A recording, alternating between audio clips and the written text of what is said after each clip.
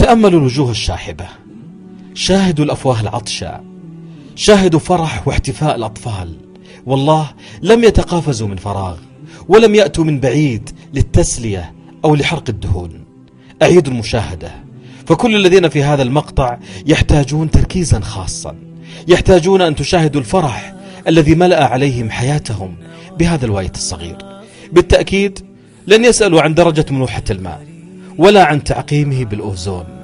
ما زالت هذه المقاطع تخبرنا بالنعمة التي نرفل بها.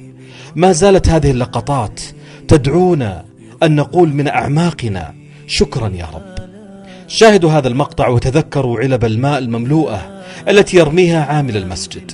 تذكروا الماء المستهلك في غسيل كوب صغير أو صحن عليه بقايا طعام. يا رب تجاوز عنا التقصير وكن مع إخواننا في كل مكان.